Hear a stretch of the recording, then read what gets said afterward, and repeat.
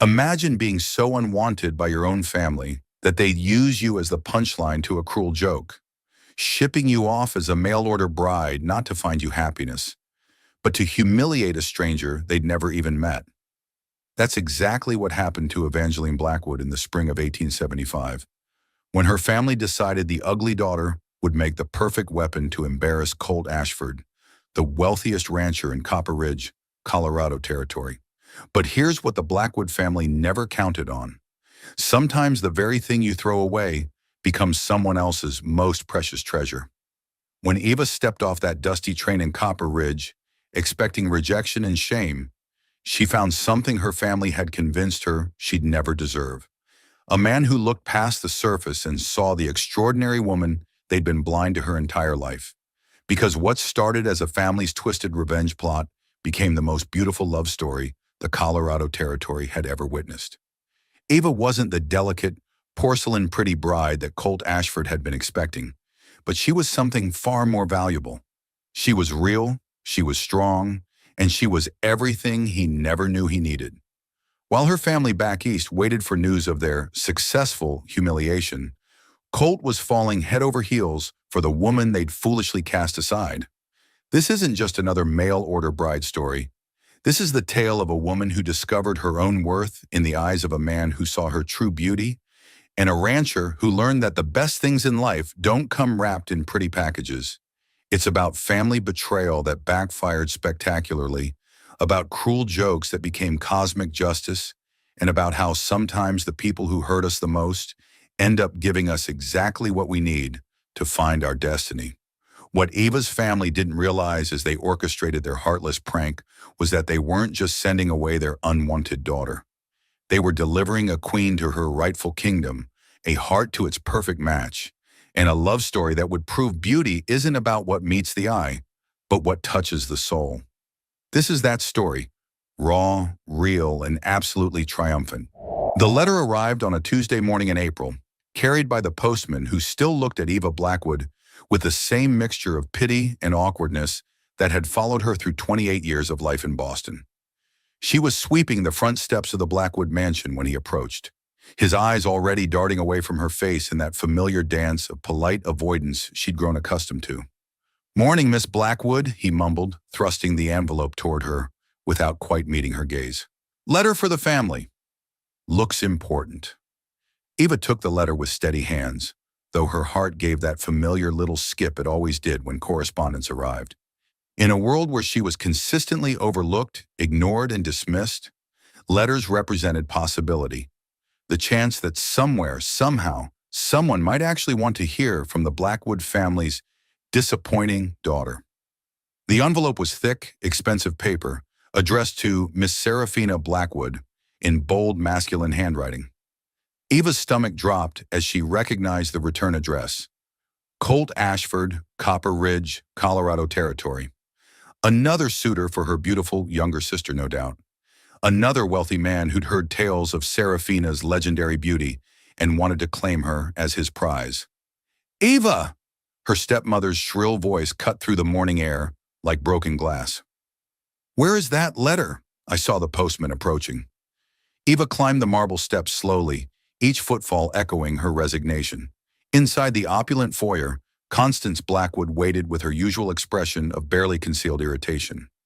At 45, Constance was still a handsome woman, though the years of social climbing and ruthless ambition had carved hard lines around her mouth and eyes. She'd married Eva's father for his money and social position, tolerating his plain, awkward daughter from his first marriage as a necessary inconvenience. "Another letter for Serafina," Eva said quietly, extending the envelope. Constance snatched it with greedy fingers, her eyes lighting up as she examined the return address. "Colt Ashford," she breathed, as if the name were made of gold. "I've heard of him. Owns half of Colorado territory, they say. Cattle empire worth more than most Eastern fortunes." "Mama, what is it?"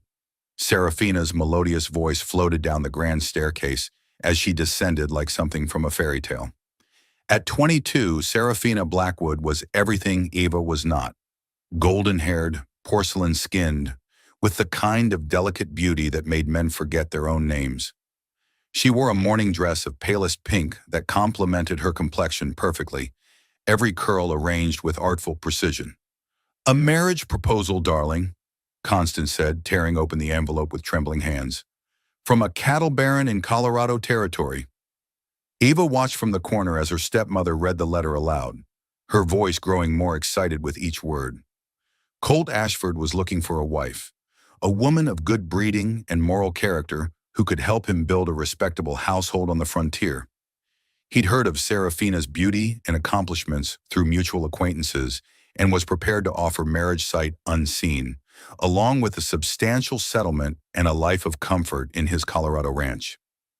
"Colorado?" Serafina wrinkled her perfect nose. "Mama, that's practically the wilderness. I can't possibly go to such a place. What about Boston? What about society?" "What about security?" Constance countered sharply. "Your father's debts are mounting, and your options here are dwindling. You've turned down 3 proposals this year alone." Eva knew her stepmother was right, though she'd never voiced such an opinion. The Blackwood fortune was largely an illusion maintained through careful social maneuvering and increasingly desperate borrowing. Serafina's beauty was their most valuable asset, but even beauty had an expiration date in Boston's cutthroat social scene. "I won't go," Serafina declared, with the imperious tone of someone who'd never been denied anything. "Find some other solution." That's when Constance's eyes fell on Eva, and a slow, cruel smile spread across her lips. Eva recognized that expression. It was the same look Constance got when she was planning one of her more vicious social maneuvers.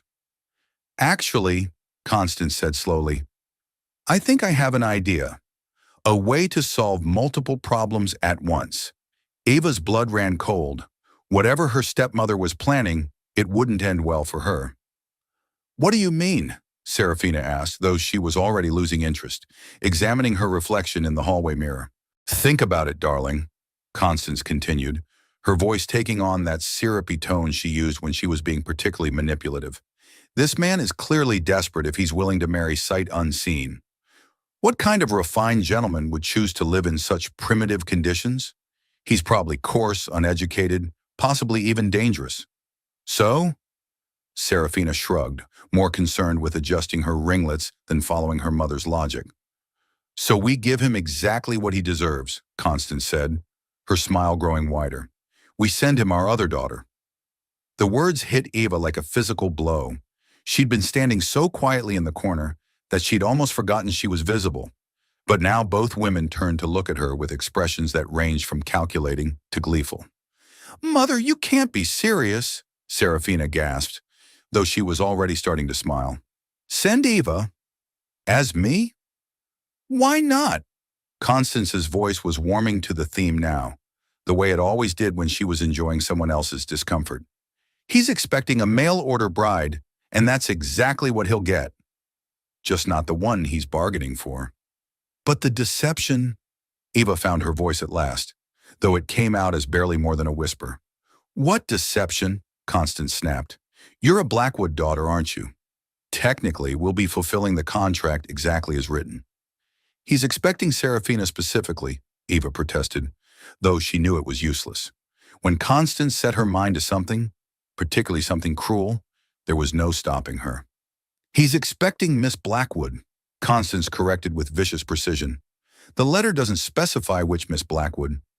And honestly, Eva, this might be your only chance at marriage. You should be grateful we're giving you this opportunity." Grateful. The word tasted like ashes in Eva's mouth. Grateful to be used as a weapon in her stepmother's petty revenge. Grateful to be sent across the country to disappoint a stranger. Grateful to be the punchline in a joke that would destroy any chance she might have had at happiness. "It's perfect." Serafina clapped her hands together like a child with a new toy. "Oh, Eva, you'll finally be useful for something. And just think of the look on that rancher's face when he sees what he's really getting instead of me." "Serafina," Constance warned, though she was still smiling, "we mustn't be too cruel. After all, we're doing Eva a favor.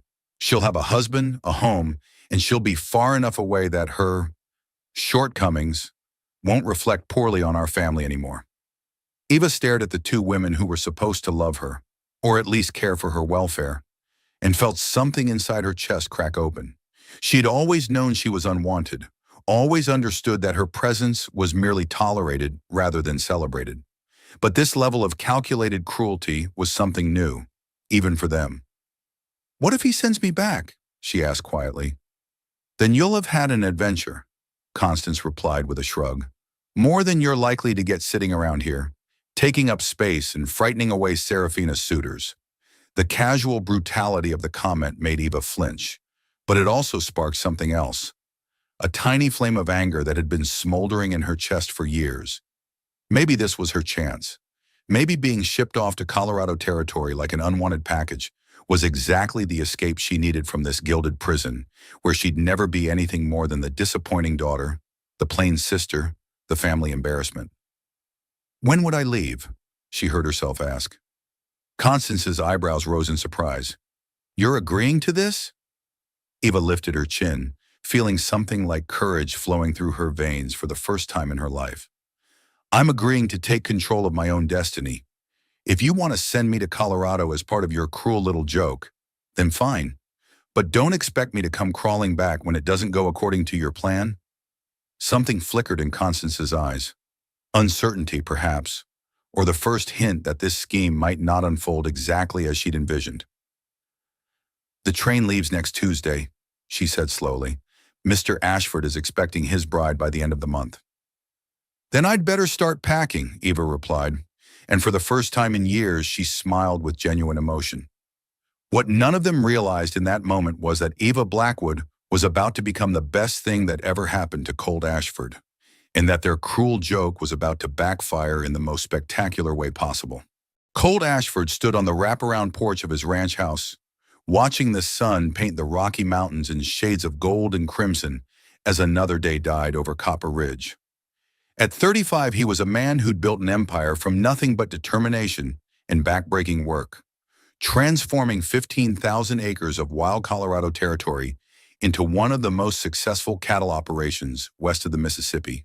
But tonight, as he sipped his evening coffee and listened to the familiar sounds of his ranch settling into twilight, he wasn't thinking about cattle prices or water rights or any of the dozen concerns that usually occupied his mind.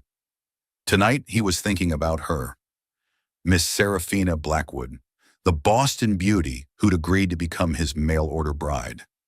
The decision to seek a wife through correspondence hadn't been easy for a man of his pride and independence. Colt had spent the better part of 15 years proving he could survive and thrive without depending on anyone, building his fortune through sheer stubborn will and refusing to back down from any challenge the frontier threw at him.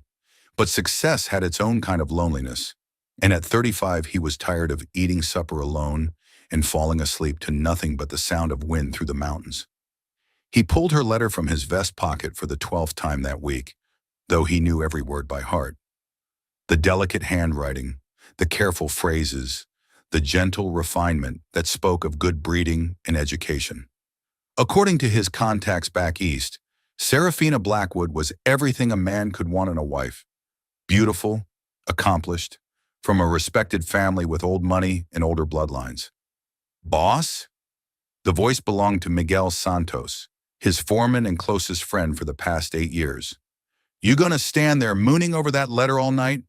Or you gonna help me figure out what we're doing with that north pasture?" Colt folded the letter carefully and slipped it back into his pocket. "What's to figure out?" "We moved the herd up there next week, just like we planned." "That's not what I mean, and you know it." Miguel stepped up onto the porch, his weathered face creased with the kind of concern that came from years of friendship.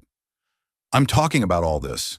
He gestured toward the house, which had been a flurry of activity for the past 2 weeks, as Colt prepared for his bride's arrival. The changes had been substantial. New furniture ordered from Denver, curtains hung in windows that had stood bare for years, flowers planted in beds that had previously held nothing but practical vegetables.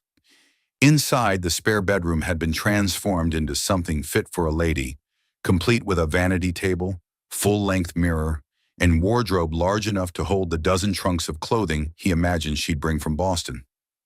"A man's got a right to make his home comfortable for his wife," Colt said evenly. "Sure he does," Miguel agreed. "But this ain't just comfortable, hermano. This is, he searched for the right word. This is like you're expecting some kind of fairy tale princess to step off that train. Colt's jaw tightened. What's that supposed to mean? It means I've seen the way you look when you talk about this woman, Miguel replied bluntly. Like she's gonna solve all your problems, fill all the empty spaces, turn this place into something it ain't never been. And what's wrong with wanting something better? Nothing, as long as you remember she's a real person, not some perfect dream you've built up in your head. Miguel leaned against the porch railing, his expression serious. What happens if she don't live up to all these expectations you piled on her? What if she's just a regular woman with regular problems and regular flaws? Colt was quiet for a long moment, watching a hawk circle high above the valley. The truth was, he had built up elaborate fantasies about what life would be like once Serafina arrived. He imagined her bringing grace and culture to his rough-hewn world, transforming his bachelor's quarters into a real home.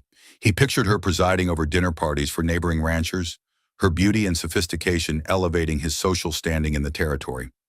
Most of all, he imagined coming home each evening to find her waiting for him, a civilized refuge from the harsh realities of frontier life. She's from good family, he said finally, educated, refined. The kind of woman who can help a man build something lasting. Or the kind who'll take one look at all this, Miguel gestured toward the vast expanse of prairie and mountains, and catch the next train back to Boston. The thought had occurred to Colt more than once during the sleepless nights of the past month. What if she hated the isolation? What if the rough reality of ranch life was too much for someone accustomed to Boston's civilized comforts? What if she took one look at him, a man whose hands bore the permanent stains of honest work, whose face was weathered by sun and wind, whose conversation ran more toward cattle and weather than literature and opera, and decided she'd made a terrible mistake? She agreed to come, he said, though the words sounded hollow even to his own ears. She agreed to marry a stranger and move to the middle of nowhere. Miguel corrected. That don't mean she's going to be happy about it once she gets here. Before Colt could respond, the sound of approaching hoofbeats interrupted their conversation. A rider emerged from the gathering dusk. Tommy McKenna, the youngest hand on the ranch, spurring his horse toward the house with obvious urgency. "Boss!" Tommy called out before he'd even dismounted. "Got news from town. Mrs. Henderson at the boarding house sent me to fetch you." Colt straightened, his pulse quickening. Mrs. Henderson ran the only respectable lodging in Copper Ridge, and she'd agreed to house his bride temporarily until the wedding could be arranged. "What kind of news?" "Train came in this afternoon," Tommy panted, still catching his breath from his hard ride. "And there was a lady on it. A lady asking about you specifically." Colt's heart stopped. "She's here, but she wasn't due until next week." "Don't know about that, boss, but Mrs. Henderson says there's definitely a lady at her place claiming to be your mail-order bride. Says she's got papers and everything." The world seemed to tilt sideways. Serafina was here, a week early, waiting in town while he stood on his porch, completely unprepared. Colt ran a hand through his hair, his mind racing. The house wasn't quite ready. He'd planned to spend the weekend putting finishing touches on the bedroom, arranging the parlor furniture just so. He'd intended to meet her at the train station dressed in his best suit, flowers in hand, ready to make the kind of first impression that would set the tone for their entire marriage. "What did she look like?" he asked suddenly. Tommy blinked in surprise. "Sir?" "The lady. Did Mrs. Henderson say what she looked like?" "Oh," Tommy scratched his head thoughtfully. "Well, she said she seemed nice, quiet-like, real polite and well-mannered. It wasn't exactly the detailed description Colt had been hoping for, but it would have to do. 'Get my horse saddled,' he ordered. 'I'm riding into town.'" "Boss?" Miguel's voice carried a note of warning. "Maybe you should wait until morning. Give yourself time to think, to prepare properly." "Prepare for what?" Colt was already moving toward the house, his mind shifting into the same focused determination that had built his empire. "She's my bride, she's here, and she's waiting for me." What's to prepare? But even as he said the words, anxiety gnawed at his stomach. What if she was disappointed by what she found in Colorado? What if the reality of ranch life was too harsh for someone accustomed to Boston's refinements? What if the chemistry they'd built through letters didn't translate to real life? Inside the house, he changed into his best clothes. A black suit he'd ordered from Denver, a white shirt with a proper collar, boots polished to a mirror shine. He stood before the mirror in his bedroom, trying to see himself through her eyes. He was tall and broad-shouldered, with dark hair and blue eyes that women had called handsome. But he bore the marks of his profession: calloused hands, a scar along his jawline from a run-in with an angry bull, the permanent squint lines that came from years of scanning distant horizons under the harsh mountain sun. Would she find him acceptable? Would she see past the rough exterior to the man who'd spent weeks planning every detail of her comfort? As he rode toward town through the gathering darkness, Colt found himself rehearsing what he'd say when he first saw her. Should he be formal and proper, the way Boston society probably demanded? Or should he be himself? Direct, honest, maybe a little awkward, but undeniably sincere. The lights of Copper Ridge appeared ahead, scattered yellow dots in the darkness like earthbound stars. Somewhere in that small collection of buildings, in Mrs. Henderson's boarding house, the woman who would become his wife was waiting. The woman who would transform his bachelor existence into something richer, warmer, more complete. Colt urged his horse faster, his heart pounding with anticipation and terror in equal measure. In just a few minutes, he'd meet the woman he'd fallen half in love with through letters, the refined Eastern beauty who'd agreed to share his life and help him build something lasting in the Colorado wilderness. He had no idea that the woman waiting for him bore no resemblance to his carefully constructed fantasies. He couldn't have imagined that instead of the porcelain-perfect Serafina he'd been expecting, he was about to meet Eva Blackwood, tired, travel-stained, and convinced that her reception would be anything but welcoming. But sometimes the best surprises are the ones we never see coming, and sometimes what we think we want pales in comparison to what we actually need. Tonight, Colt Ashford was about to discover the difference. Mrs. Henderson's boarding house sat at the end of Copper Ridge's main street, like a beacon of respectability in a town that had grown up around mining claims and cattle drives. The two-story building was painted a cheerful yellow with white trim, its wraparound porch decorated with hanging baskets of wildflowers that Martha Henderson tended with the same fierce devotion she applied to protecting the virtue of her female guests. Colt tied his horse to the hitching post with hands that weren't quite steady, his heart hammering against his ribs as he climbed the front steps. Through the lace curtains of the parlor window, he could see the warm glow of oil lamps and the silhouettes of people moving about inside.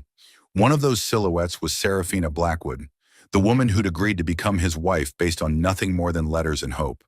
The front door opened before he could knock, revealing Martha Henderson herself, a plump, motherly woman in her 60s who'd been the unofficial guardian of Copper Ridge's moral standards for as long as anyone could remember.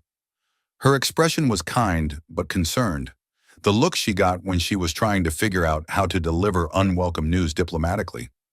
"Mr. Ashford," she said quietly, stepping out onto the porch and closing the door behind her. "I'm glad you came so quickly." "Is she—" Colt cleared his throat, trying to project more confidence than he felt. "Is Miss Blackwood comfortable? Does she need anything?" Martha's hands twisted in her apron, and Colt's stomach dropped. That was never a good sign with Martha Henderson. When the most unflappable woman in 3 counties started wringing her hands, it usually meant trouble. "She's a lovely young woman," Martha said carefully. "Very polite, very well-mannered. It's just—" She paused, clearly struggling with how to continue. "Just what?" "Well, I think there might be some confusion about expectations," Martha said delicately.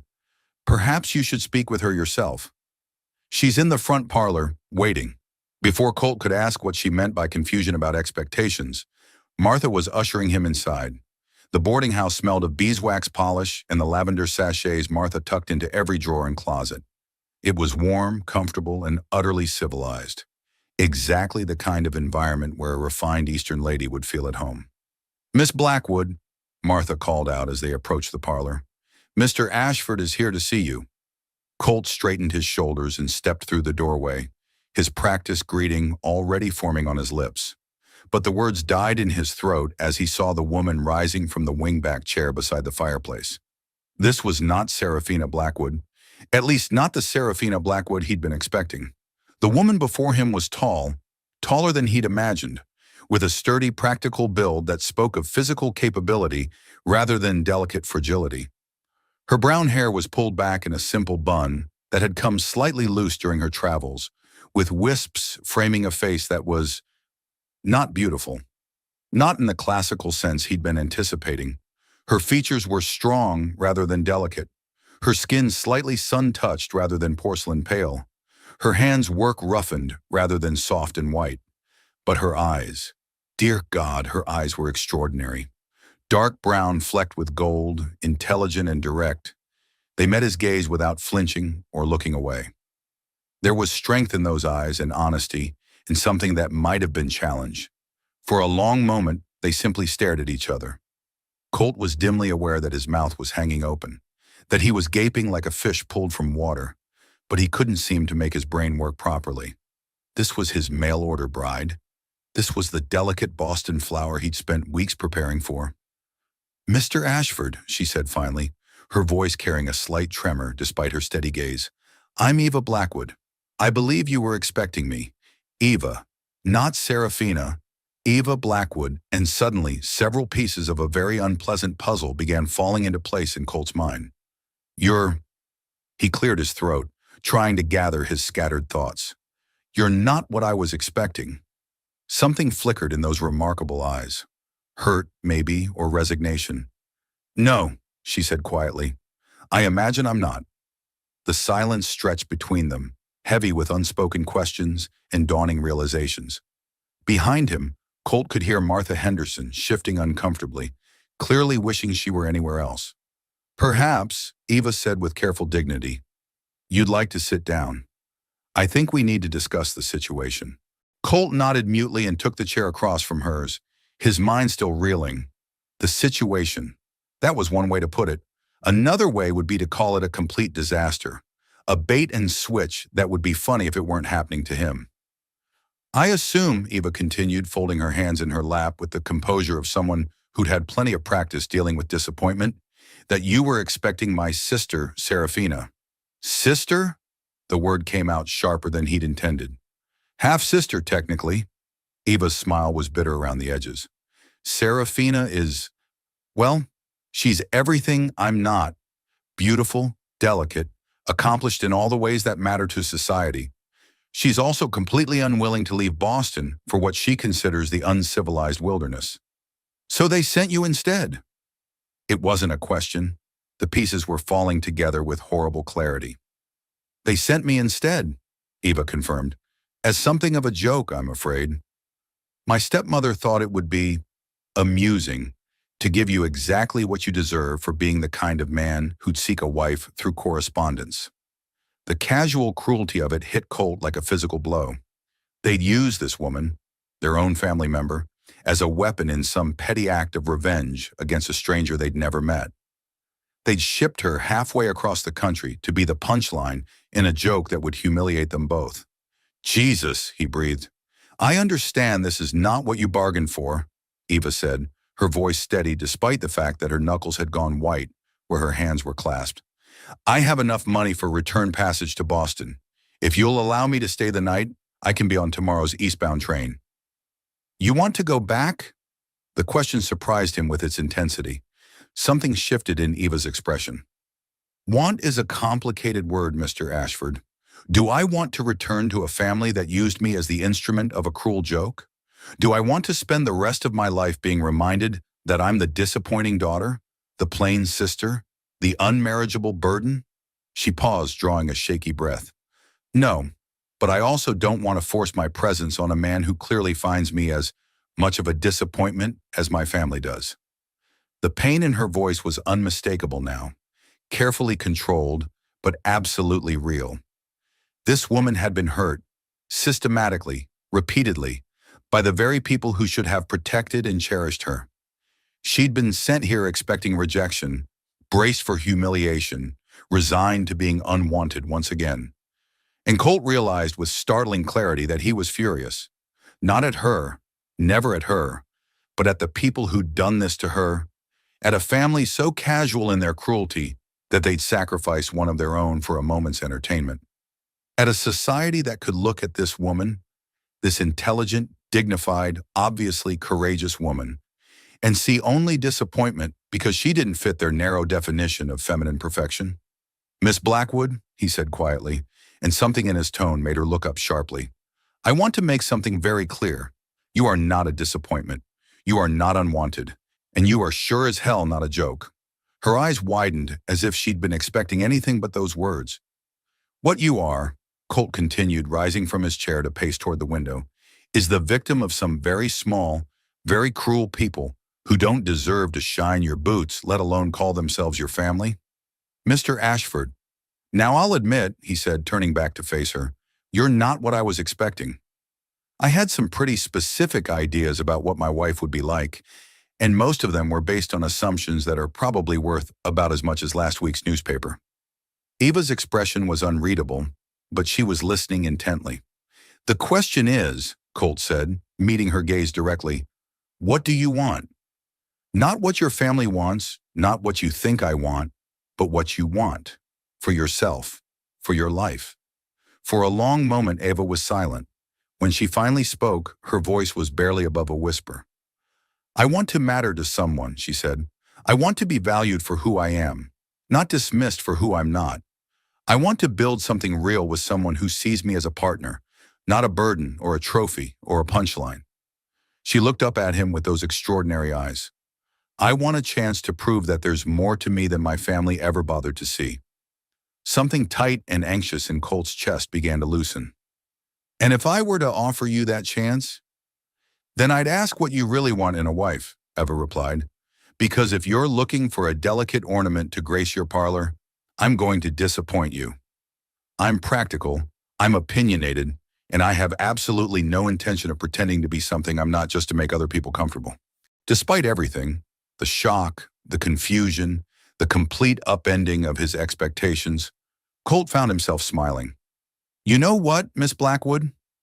I think I've had enough of pretending for one lifetime.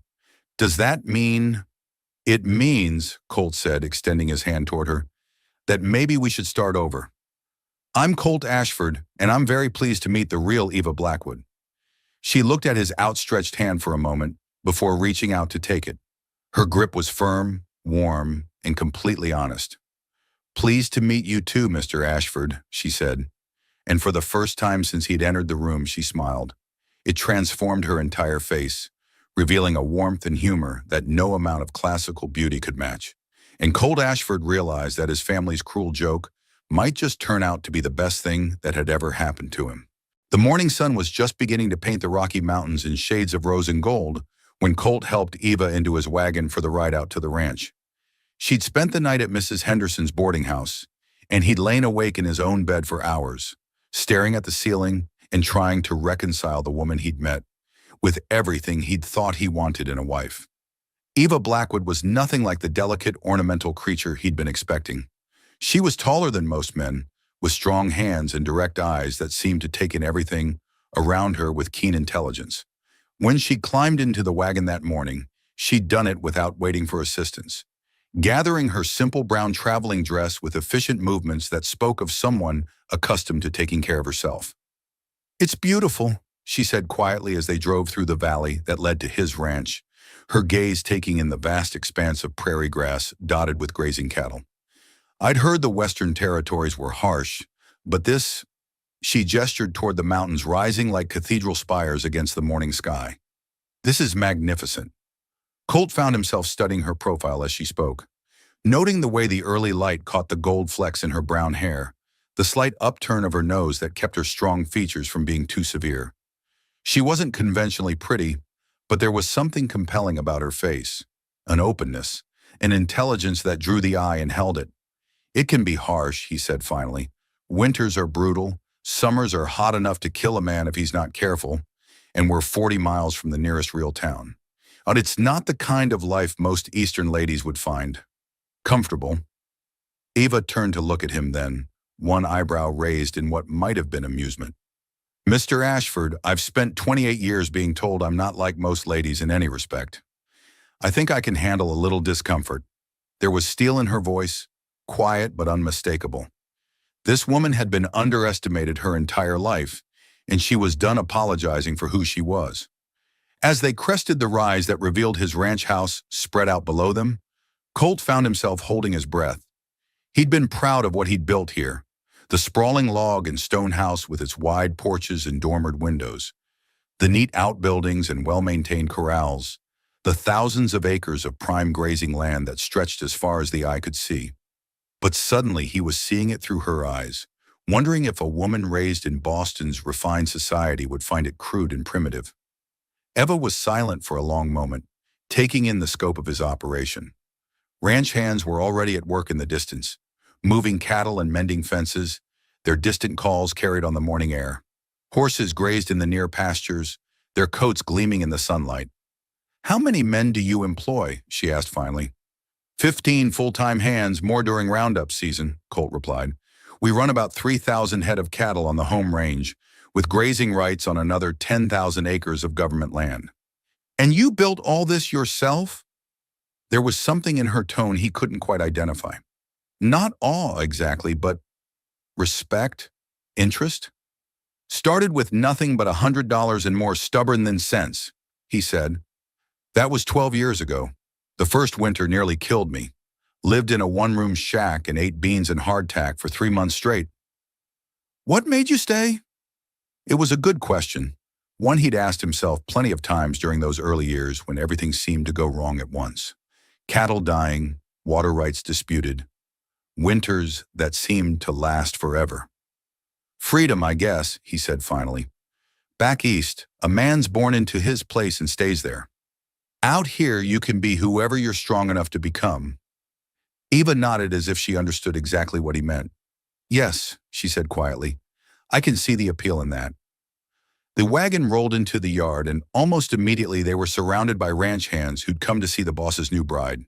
Colt helped Eva down, acutely aware of the way the men were looking at her, not with the leering appreciation he'd expected, but with puzzled concern.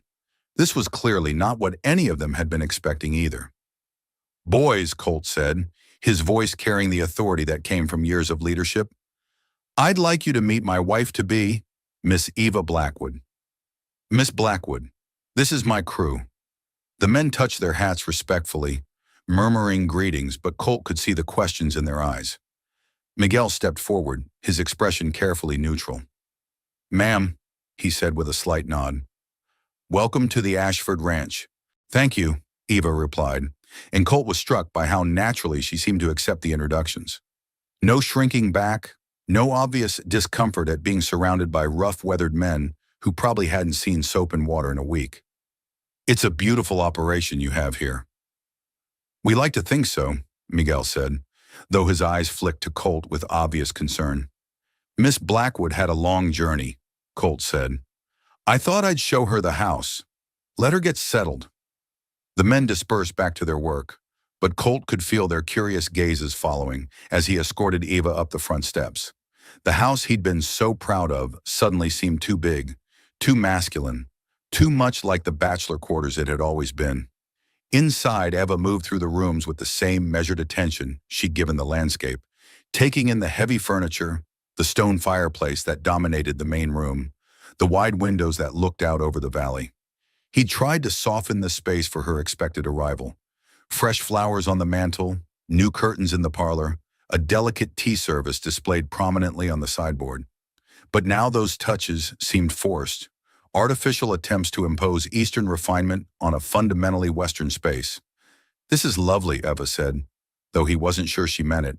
She paused before the large window that looked out over the corrals, watching as his men worked with a group of half-wild Mustangs.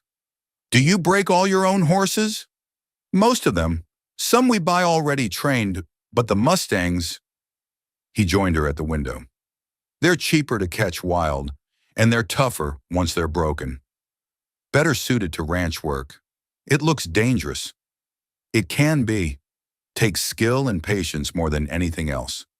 Eva was quiet for a moment, watching as one of his younger hands was thrown by a particularly spirited bay mare. The young man got up, dusted himself off, and climbed back into the saddle without hesitation. "He's not hurt?" she asked. "Jake?" "Nah, he's tougher than old leather. Been thrown by that mare 3 times this week, but he'll have her gentled by Sunday." "Gentled?" Eva repeated thoughtfully. Not broken. There's a difference, Colt agreed.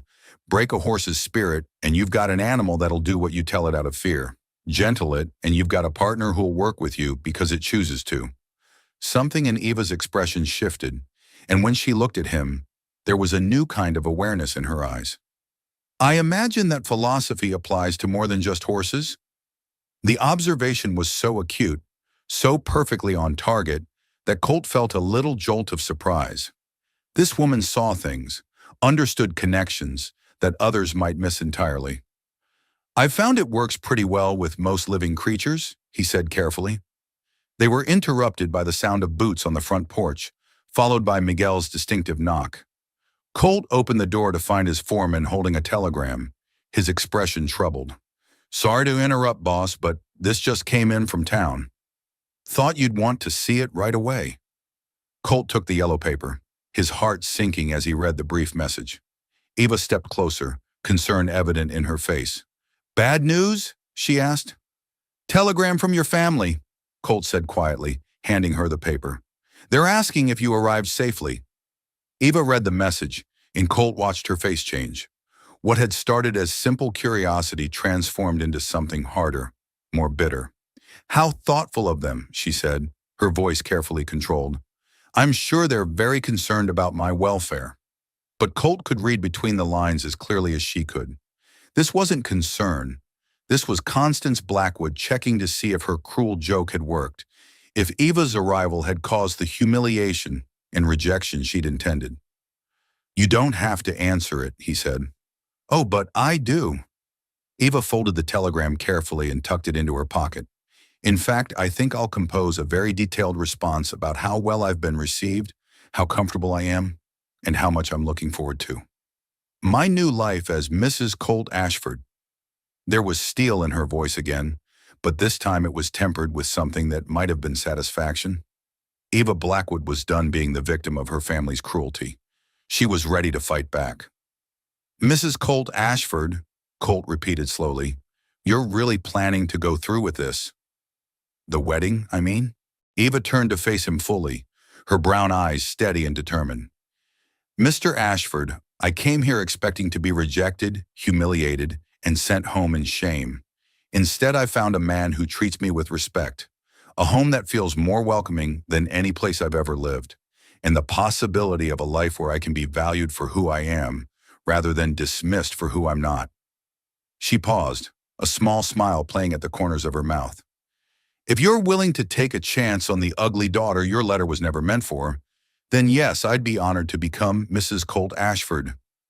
And looking into those remarkable eyes, seeing the strength and honesty and quiet courage that radiated from every line of her body, Colt realized that his family's cruel joke had given him exactly what he'd never known he needed. Not the ornamental beauty he'd thought he wanted, but a real partner who could match his strength with her own. 3 weeks into her stay at the Ashford Ranch, Eva Blackwood had settled into a routine that would have horrified her Boston stepmother and scandalized every proper lady in Beacon Hill society. She rose before dawn to help prepare breakfast for the ranch hands, spent her mornings learning the practical skills of frontier life, and devoted her afternoons to whatever tasks needed doing around the ranch. Whether that meant mending clothes, tending the vegetable garden, or helping with the endless bookkeeping that kept a cattle operation running smoothly. And she'd never been happier in her life. This morning, she stood at the kitchen window watching Colt work with a particularly stubborn Mustang in the main corral, her hands busy kneading dough for the evening's bread. The horse, a beautiful paint mare with fire in her eyes and rebellion in every line of her body, had been refusing to accept either saddle or rider for the better part of a week. Most of the hands had given up on her, declaring her too wild to be worth the effort. But Colt was patient, moving slowly and deliberately, never forcing the issue, always giving the mare a choice. It was the same approach he'd taken with Eva herself, gentle but persistent, offering respect and partnership rather than demanding submission. Miss Eva? The voice belonged to Rosa Martinez, Miguel's wife, who'd become Eva's closest friend and unofficial guide to ranch life. You're burning holes in that man with your staring. Eva felt her cheeks warm. I was watching him work with the horse. Rosa's tone was rich with amusement. That's what I was watching too. The horse. Before Eva could protest, the kitchen door burst open and Tommy McKenna stumbled inside, his face pale and his left arm hanging at an awkward angle. Rosa! Miss Ava! He gasped. There's been an accident down at the south pasture. Miguel sent me back for help.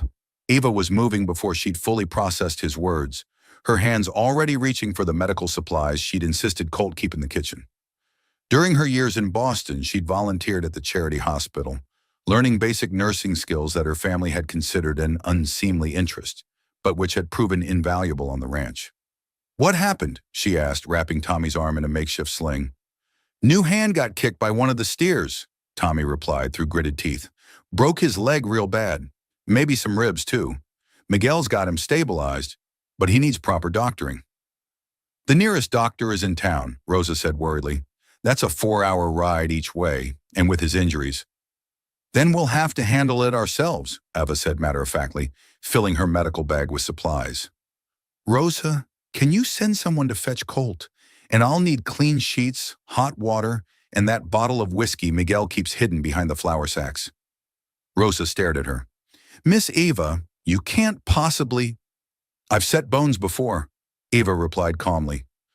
Admittedly, they belong to horses rather than men, but the principles are the same. And right now, I'm the closest thing to a doctor this man is going to get. 20 minutes later, Eva found herself kneeling in the dirt beside a young cowhand named Billy Morrison, whose pale, pain-twisted face told her everything she needed to know about the severity of his injuries.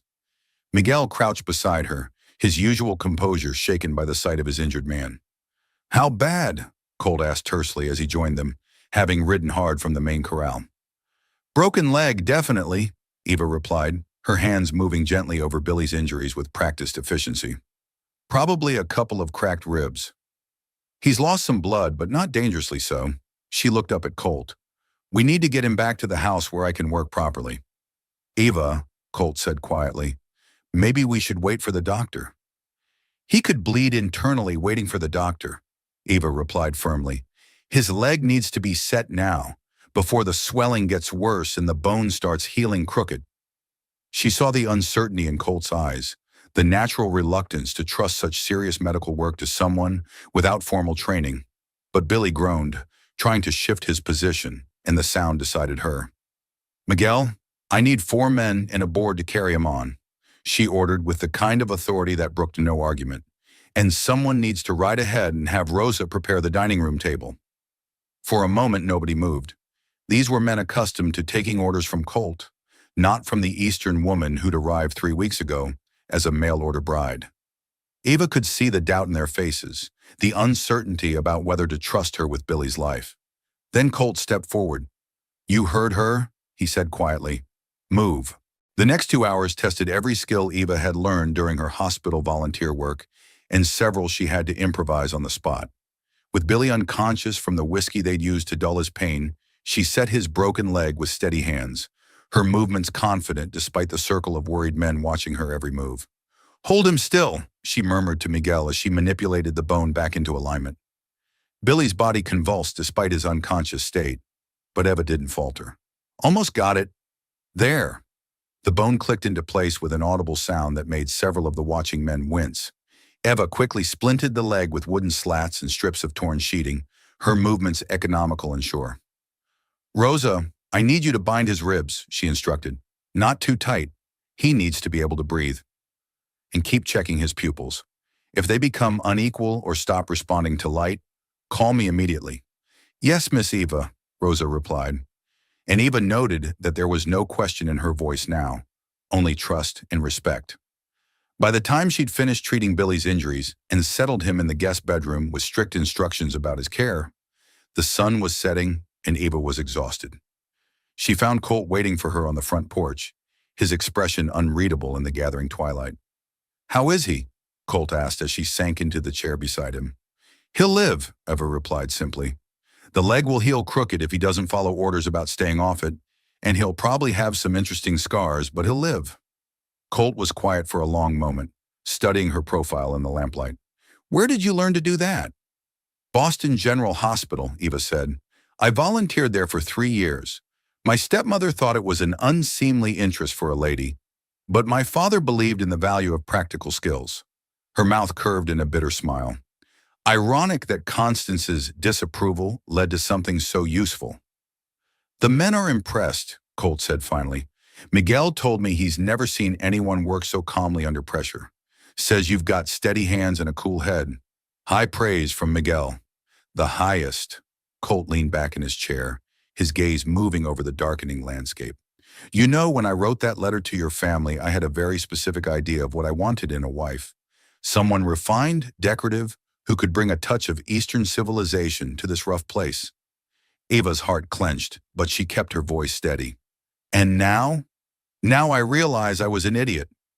Colt turned to look at her directly. A decorative wife would have fainted at the sight of blood. A refined lady would have insisted on waiting for the proper doctor while Billy suffered.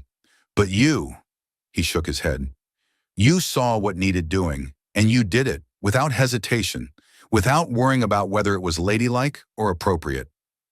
It's who I am, Eva said quietly. I've never been good at being ornamental.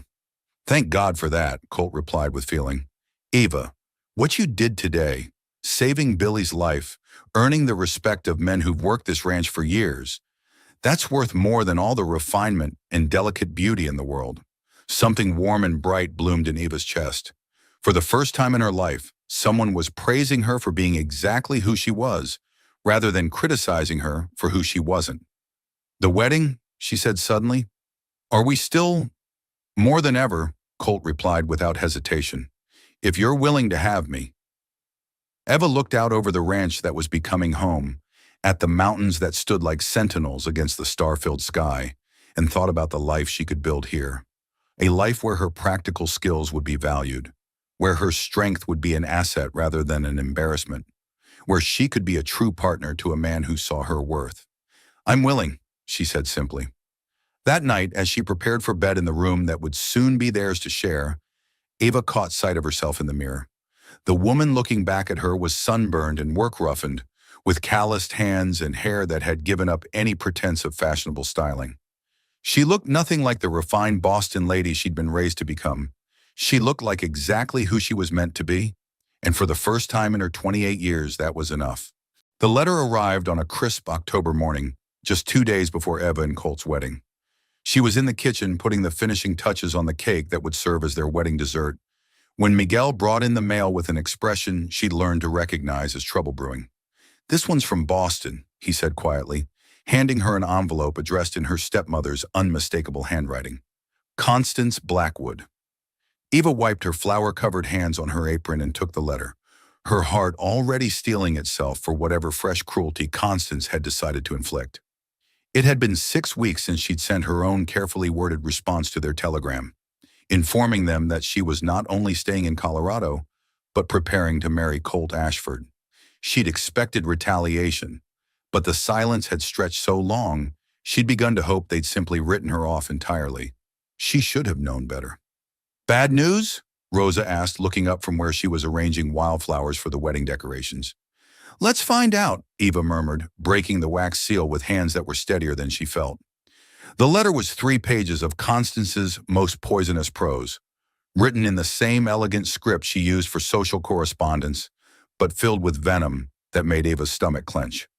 My dear Evangeline, your father and I have been quite concerned since receiving your last communication. We cannot help but feel that you have been taken advantage of by this man Ashford, who has clearly convinced you to participate in what can only be described as an elaborate deception.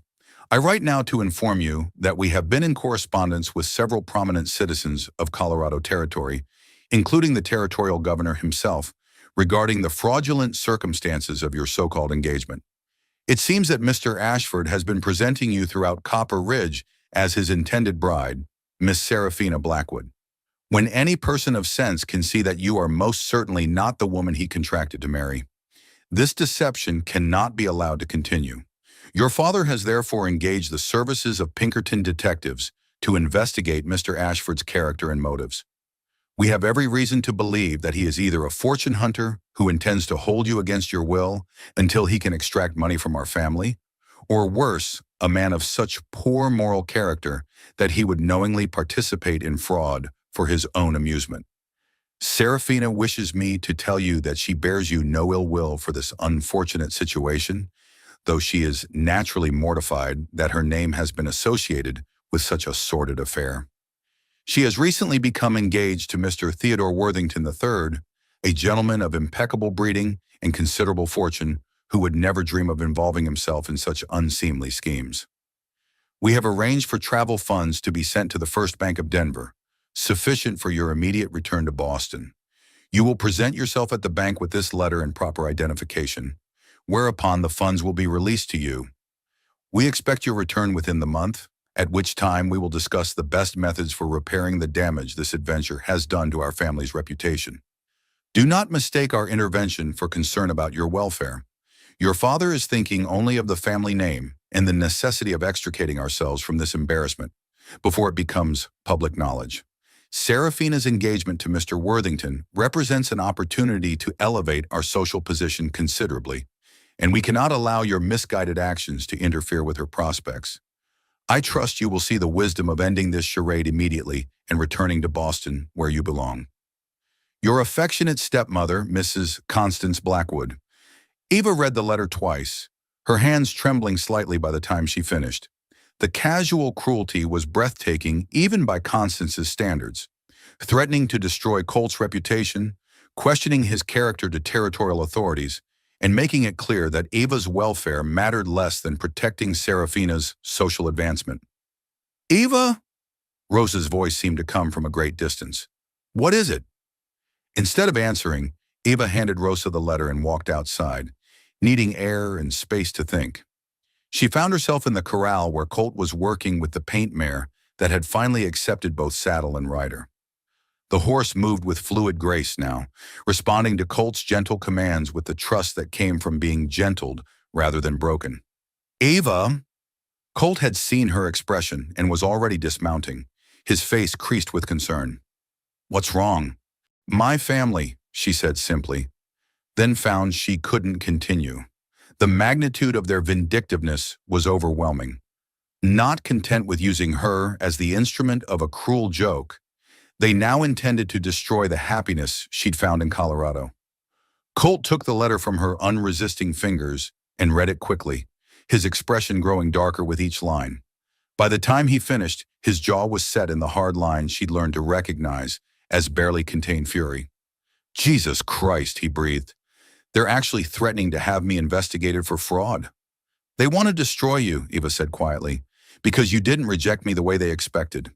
Because their joke backfired and I found happiness instead of humiliation." "They can investigate all they want," Colt said grimly. "I've got nothing to hide." "But Eva," he looked at her with something like pain in his eyes. "This could get ugly.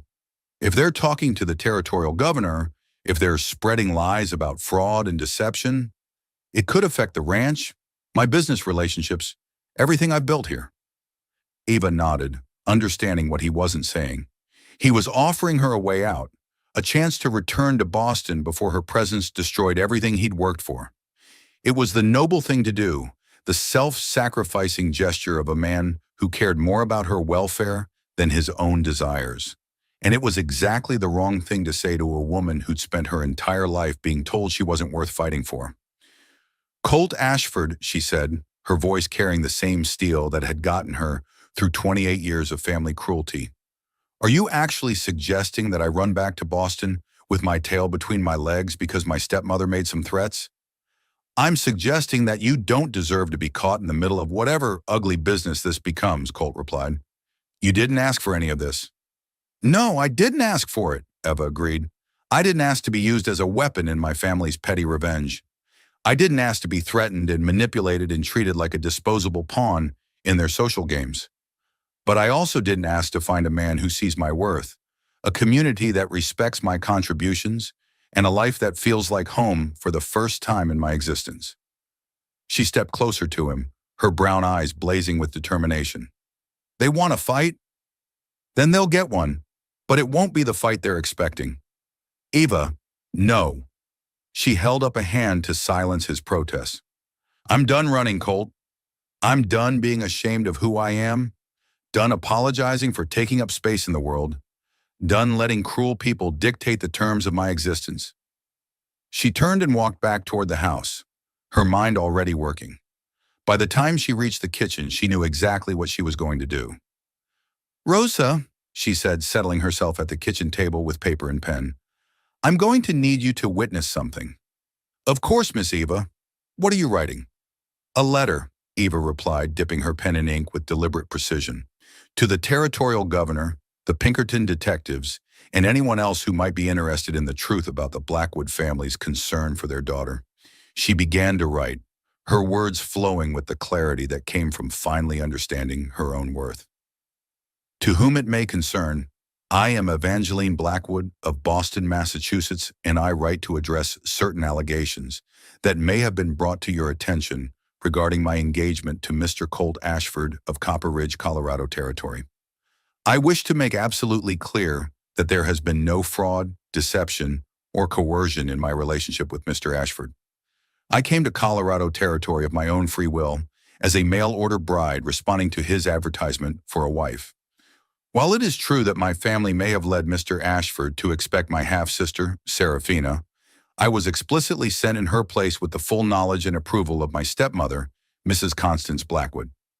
The purpose of this substitution was not to honor the spirit of Mr. Ashford's request for a wife, but to humiliate both Mr. Ashford and myself as part of what my stepmother considered an amusing joke. They believed that sending the family's ugly daughter, instead of the beautiful Serafina, would result in my immediate rejection and Mr. Ashford's embarrassment. Instead, Mr. Ashford has treated me with respect, honor, and genuine affection. He has asked nothing of me but my own honest self, and has offered in return a partnership based on mutual regard and shared values. Our engagement is entirely voluntary, completely legal, and has brought me more happiness than I have ever known. Any investigation into Mr. Ashford's character will find him to be a man of impeccable reputation, successful business practices, and unquestionable integrity. He is respected throughout the territory as a fair employer, honest dealer, and valued member of the community. The same, I regret to say, cannot be said of my Boston family, whose treatment of me has been characterized by systematic cruelty, calculated humiliation, and a callous disregard for my welfare that culminated in their attempt to use me as an instrument of revenge against an innocent man. I am not being held against my will. I am not the victim of fraud or deception. I am simply a woman who has found love and respect in an unexpected place, and who refuses to allow the vindictive schemes of my family to destroy the happiness I have earned. I remain respectfully yours, Miss Evangeline Blackwood, soon to be Mrs. Colt Ashford." Eva signed the letter with a flourish and looked up to find both Rosa and Miguel watching her with expressions of awe and admiration. "Miss Eva," Rosa breathed, "that is the most magnificent thing I have ever heard." "It's not finished yet," Eva replied, reaching for a fresh sheet of paper. "Now I'm going to write to every newspaper between here and Boston, telling them exactly what kind of people the Blackwoods really are, and then I'm going to write to Constance herself." This final letter was shorter but infinitely more satisfying. "Dear Constance, thank you for your letter and your concern about my welfare. I am delighted to inform you that your cruel joke has resulted in consequences you never anticipated. Mr. Colt Ashford is indeed everything you assumed he was not: wealthy, respected, honorable, and possessed of enough intelligence to value substance over superficial beauty. He has asked me to marry him not despite who I am, but because of who I am. Our wedding will take place as scheduled, and I expect to spend the rest of my life as a cherished wife and valued partner.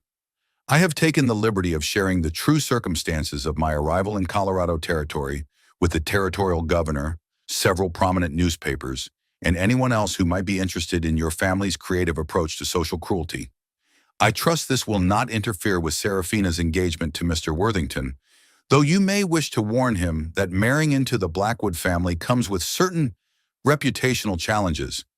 Please do not trouble yourself with further correspondence.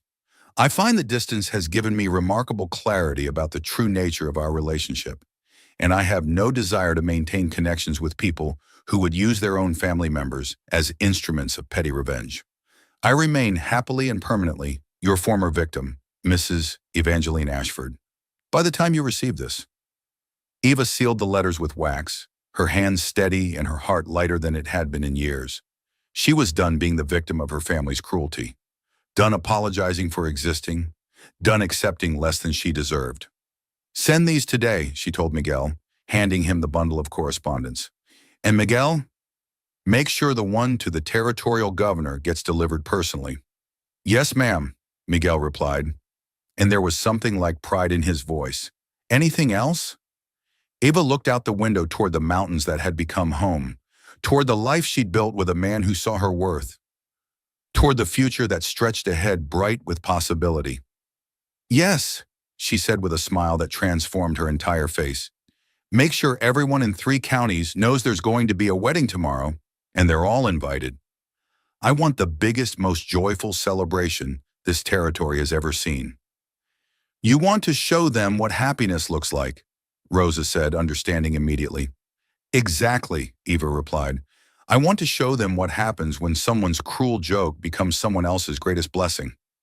And as she returned to decorating her wedding cake, Eva Blackwood, soon to be Eva Ashford, knew that her family's attempt to destroy her had instead given her everything she'd never dared to dream of having. Sometimes the best revenge really was living well. 6 months later, Eva Ashford stood on the front porch of her home, watching the sunrise paint the Rocky Mountains in shades of golden rose. A letter from Boston crumpled in her hand and a smile of pure satisfaction on her face. The letter had arrived the previous day, written in Constance's increasingly desperate handwriting, and its contents had provided Eva with more entertainment than any opera or society gathering ever had. The Blackwood family's reputation in Boston society had not survived Eva's counterattack. Her detailed letters to newspapers across the eastern seaboard had sparked a scandal that reverberated through every drawing room and social club from Beacon Hill to Philadelphia. The story of a family so cruel they'd use their own daughter as the punchline in a vicious joke had captured the public imagination in the worst possible way for the Blackwoods. Seraphina's engagement to Theodore Worthington III had been quietly but definitively ended when the Worthington family decided they could not risk association with such scandalous people. 3 other prominent Boston families had withdrawn their invitations to the Blackwoods' annual social events. Even their church had suggested they might be more comfortable worshiping elsewhere for a while, until the unfortunate publicity died down. But the most delicious irony of all was revealed in Constance's desperate letter. With their social standing destroyed and their financial situation increasingly precarious, the Blackwood family now found themselves in need of the very thing they tried to deny Eva, an advantageous marriage connection that could restore their fortunes and reputation. We have reconsidered our position regarding your marriage, Constance had written in words that must have burned her throat to pen. Perhaps we were too hasty in our initial concerns about Mr. Ashford's character. Your father and I would very much like to visit Colorado Territory and meet our new son-in-law properly. Eva had read that line aloud to Colt over breakfast, and they'd both laughed until tears ran down their faces. The idea that Constance and her father now wanted to claim connection to the very marriage they'd engineered as a cruel joke was the perfect capstone to their spectacular downfall.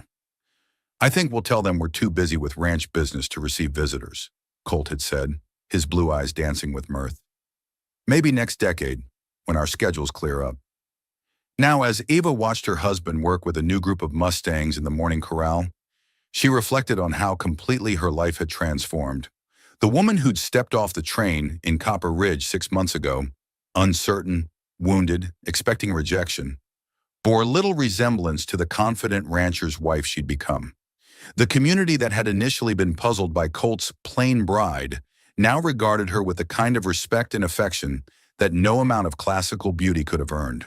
She was the woman who'd saved Billy Morrison's life with her steady hands and quick thinking, the wife who could birth a calf as skillfully as she could balance the ranch's books, the neighbor who'd organize relief efforts when the winter storms hit harder than expected, turning the ranch house into a temporary shelter for stranded families. She'd become exactly what she'd always had the potential to be, a woman whose worth was measured by her actions, her intelligence, her strength of character, and her capacity for love. All the things that mattered, and none of the superficial attributes that her Boston family had fixated on. Mrs. Ashford! The voice belonged to Jenny Patterson, the young daughter of a neighboring rancher, who came running up the path with the breathless excitement that only an 8-year-old could muster. "Mama says to tell you the baby's coming." She says, "Can you come now, please?" Eva was already moving, her medical bag always kept ready for such emergencies. In the 6 months since Billy's accident, she'd become the unofficial doctor for every ranch family within 50 miles, her reputation for skill and calm under pressure spreading throughout the territory. "Tell your mom I'll be right there," she called to Jenny, then turned toward the corral where Colt was working. "The Patterson baby's coming," she shouted. Colt waved his acknowledgement and began saddling a fresh horse for her. This too had become routine, Eva riding out at all hours to help with medical emergencies, births, accidents, and illnesses throughout their extended community. She was needed here in ways she'd never been needed in Boston, valued for abilities that her family had never even recognized she possessed. As she rode toward the Patterson Ranch, Eva thought about the life she might have lived if her family's joke had unfolded as planned. She might have returned to Boston in shame, confirmed in their opinion that she was worthless, unwanted, destined to live on the margins of other people's happiness. Instead, she'd found a partner who saw her strength as an asset rather than a flaw. She'd discovered work that fulfilled her in a community that valued her contributions.